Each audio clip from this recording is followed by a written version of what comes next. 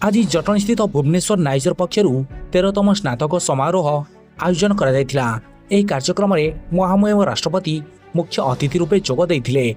राष्ट्रपति जटणी गस्त एवं नाइजर कार्यक्रम खबर संग्रह पर जिला प्रशासन पक्षर जिला लोकसंपर्क विभाग भुवनेश्वर पक्षर कार्यक्रम में खबर संग्रह पर प्रवेश अनुमति पत्र जटणीर कार्यरत सांबादिकों को प्रदान कर राष्ट्रपति कार्यसूची मुताबक निर्धारित समय जेतेबेले नाइजर कैंपस को खबरदाता जाइथिले नाइजर फाटक आगे सुरक्षा दायित्व में उपस्थित रही सुरक्षाकर्मी कैंपस रे प्रवेश को बारण करथिले। खबर संग्रह पर जाइथिबा खबरदाता आयोजक नाइजर कर्तृपक्षों को घटना संपर्क में पचारिबा नाइजर कुल सचिव डॉक्टर अभय कुमार नायकों को जोगाजोग करथिले मध्य से घटना प्रति ध्यान देई नथिले कि फोन ग्रहण करनथिले, जहाकु नै स्थानीय कार्यरत खबरदाता मध्य असंतोष प्रकाश पाइथिला।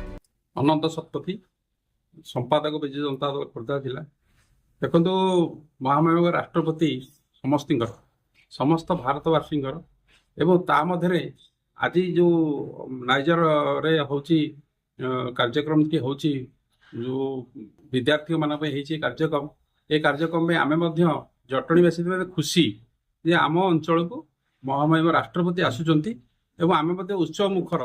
किंतु जदि विधानसभा एठी दलमत निर्विशेष आमर विधानसभा जी आमर विधायक एठू जी निर्वाचित प्रतिनिधि जी जाइचंती एवं जेतबेले माननीय मुख्यमंत्री कि आमर मध्य से श्रेष्ठ सम्मान आम दौचु जे विधानसभार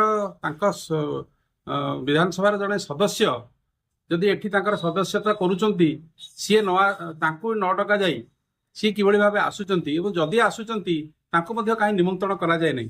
एटा साधारण समस्त मन गोटे प्रश्नवाची सृष्टि आज जे मान्यवर विधायक जी 2 लाख 2.5 लाख लोकंकर एठी प्रतिनिधि करुचंती एवं सर्वसाधारण चर्चा आज होची जे तांको न डाकिबा एटा कोन दलीय कार्यक्रम थिला कि आम मध्य प्रश्नवाची उठुची। राष्ट्रपति समस्तिंकर महामहिम राष्ट्रपति सारा भारत वर्षर एवं आमे मध्य खुशी से आसचंती गोटे एठी कन्वोकेशन होची एठी पिलामानको ये करा सम्मानित करा जाउची से ग्रेजुएशन डे पालन होची जदि से ग्रेजुएशन डेटा सेटा समस्त नाइजर हेले मध्य आमे माने मध्य खुशी अनुभव करछु। किंतु आज आमको एठी गोटे प्रश्नवाची सृष्टि होची जे जेतरे माननीय मुख्यमंत्री भी रहउचंती एवं ता उपमुख्यमंत्री रहउचंती अन्य सदस्य रहउचंती मते लागिला एटा बोधे से दलर बोधे एटा दलीय कार्यक्रम भले लागिला। किंतु एटा को आमे समस्त दृढ़ निंदा करछु। एभली न करबा उचित। एभली करबा द्वारा कोन होची ना गणतंत्र रे जो गणतंत्र प्रति एटा गोटे कुठार कथा होची।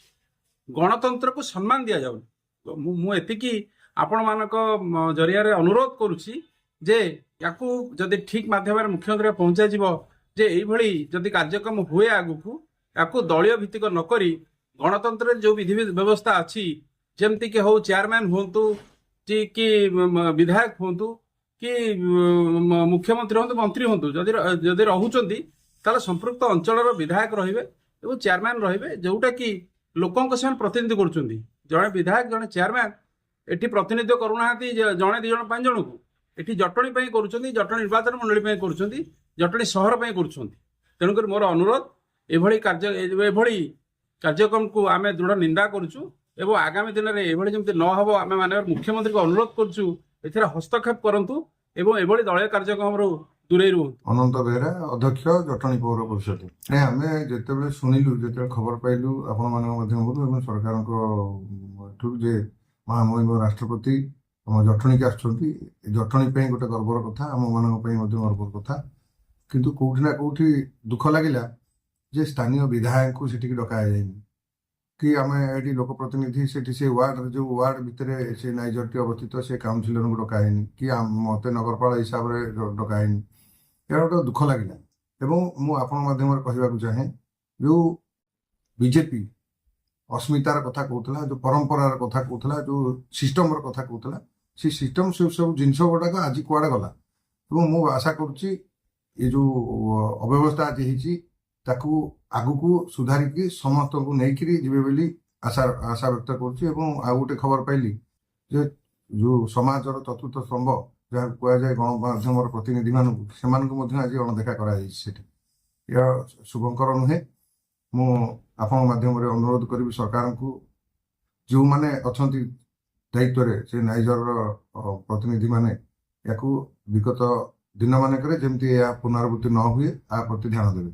ଏବଂ ଆଉ ଗୋଟିଏ କଥା କହିବି, ଯେତେବେଳେ ମହାମହିମ ରାଷ୍ଟ୍ରପତି ଆସିବେ ବୋଲି ଖବର ଆସିଲା, ଆମେ ସ୍ୱତନ୍ତ୍ର ବୈଠକ ଡାକିକି ଆମେ ନିଷ୍ପତ୍ତି ନେଲୁ ଯେ ଜଟଣୀ ଗେଟ୍ ଠାରୁ ନାଇଜର ପର୍ଯ୍ୟନ୍ତ ପୁରା 2 ପଟ ରୋଡ ସଫେଇ କରି ଯେମିତି ଗୋଟେ ସୁସ୍ଥ ବାତାବରଣ, ଯେମିତି ଗୋଟେ ଭଲ ପରିବେଶ ଭିତରେ ମହାମହିମ ଆସିବେ ଏବଂ ଜଟଣୀ ଗୋଟେ, ଯେହେତୁ ଜଟଣୀକି ଆସୁଛନ୍ତି, ଗୋଟେ ଭଲ ବାର୍ତ୍ତା ନେଇକି ଯିବେ।